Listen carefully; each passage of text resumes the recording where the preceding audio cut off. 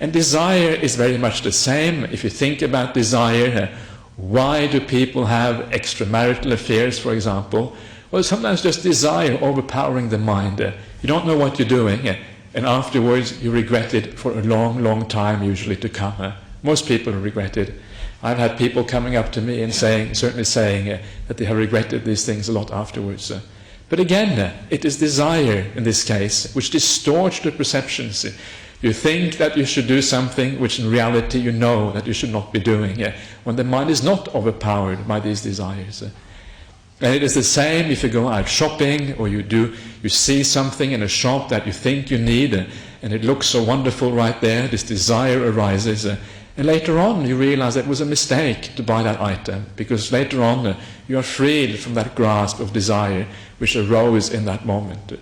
So the point I'm trying to make is simply that these 5 hindrances, in particularly anger and desire, they distort our view of the world. So the more of these 5 hindrances we have in the mind, the greater is our ignorance, the greater is this distortion of reality. The less we have of these 5 hindrances in our mind, the less is the distortion that we have, and the less is the ignorance. And it feeds into dependent origination all the way up to suffering. So the less hindrances we have, the less suffering we have. The more hindrances we have, the more suffering we have. It feeds through this whole chain because it is a causal chain going up. So the answer then, if you want to reduce ignorance, we want to reduce suffering in our lives, one way of looking at it is to say we have to reduce the defilements of the mind, in particular the 5 hindrances. How do we reduce the defilements of the mind? How do we reduce the hindrances? It is by practicing the Eightfold Path. That's really all there is to it. That is how you reduce these problems. By practicing the Eightfold Path, starting off with virtue. Now, if you are a virtuous person, there are certain things you cannot do. And because you can't do them, you're restraining yourself. You're restraining the hindrances. You're restraining the defilements. By practicing meditation practice, loving kindness, peace, all these beautiful states of mind, again, we are reducing the hindrances because we are going against the hindrances of the mind. We are taking them away, abandoning them step by step. So the Eightfold Path is nothing less than the removal of these hindrances, or the removal of the defilements of the mind. So by this practice we are reducing ignorance, and by this practice we are also then reducing suffering. So there you can see very beautifully how the Noble Eightfold Path and how dependent origination, how it all fits together in a beautiful picture. And that is one of the wonderful aspects of the Buddha's teachings. One way of looking at it is that the Buddha's teaching is really a unified whole. It is one realization, one understanding. But it has all of these different aspects. And you can understand that one realization like a big picture, and then each aspect is like one little piece of a jigsaw puzzle fitting into that big picture. And the more understanding you have of the Buddha's teachings, the more you understand how this jigsaw puzzle fits together. And what I pointed out right now is how the Noble Eightfold Path, or at least this is one way of understanding how the Noble Eightfold Path fits together with dependent origination. The Noble Eightfold Path reduces our ignorance stage by stage, therefore reduces our suffering, until one day we can eliminate the suffering altogether. And how is it that reducing the hindrances lead to abandoning ignorance altogether? Well, by practicing the Noble Eightfold Path, stage by stage reduce these 5 hindrances, until the day comes, hopefully, for all of us, where those hindrances are completely abandoned. They are not there at all in the mind anymore. And this is what the Buddha promised. If we practice the Noble Eightfold Path properly, this is what will happen in the future at some stage. Now, when the 5 hindrances are completely abandoned, because they are the cause condition for ignorance, it means that ignorance has lost its conditioning. It has lost those things which prop it up, so to speak, because the 5 hindrances prop up ignorance. Because ignorance is no longer propped up by the 5 hindrances, it becomes very weak at this particular point.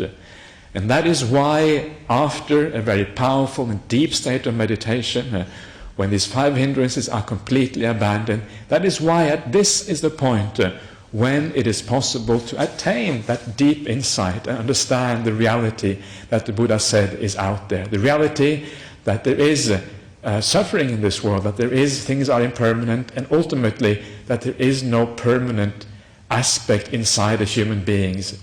There is just non-self. There is no self in this universe. And that is what we see, what we can see when these 5 hindrances are completely abandoned. And that is why the deep meditations are so powerful. And that's why they are the last aspect of the Noble Eightfold Path. Because at that point, we have the possibility of breaking through to the actual truth that the Buddha said is there for us to understand.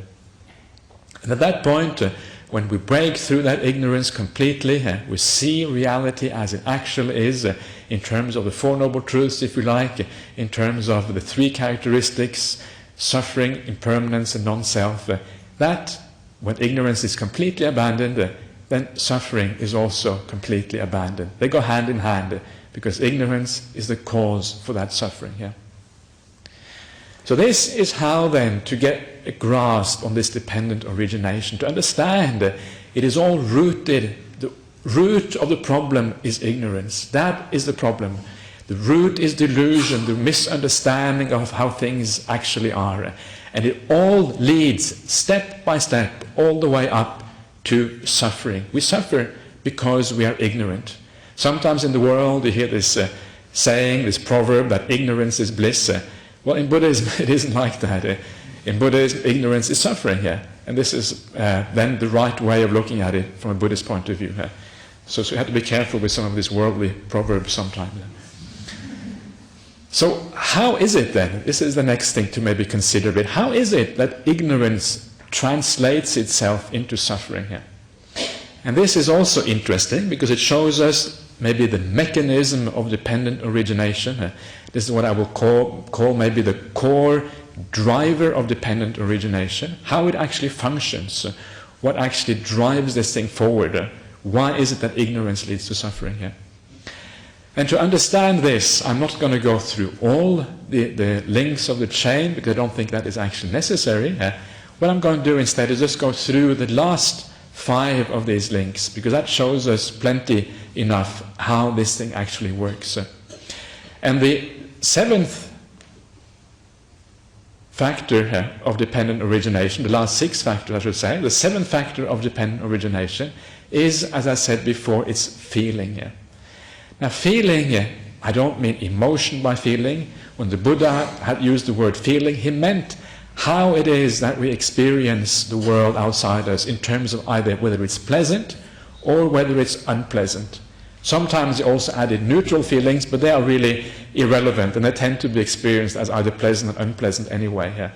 So really feeling is about whether we see the world, whether we experience pleasure or displeasure. And this is part and parcel of being a human being, of being an animal, of being any kind of being, that we have this kind of experience of the world. Always it is either pleasant or it's unpleasant. And this is part and parcel of having a mind, of having a body. The previous links of dependent origination just before feeling just shows us how it is that feeling arises from having a body and having a mind. That's why I have to skip them for this particular purpose. And of course, once it is given that we experience the world in times of pleasure or displeasure, it is also given that we're going to have desires according to those pleasures and displeasures. Because we don't want to have displeasure, and we want to have pleasure. This is just the nature of any kind of being. This is the way we want things to be. And because of that, craving is a natural consequence of feeling. Desire is a natural consequence of having these feelings. So craving comes into being because we have feelings.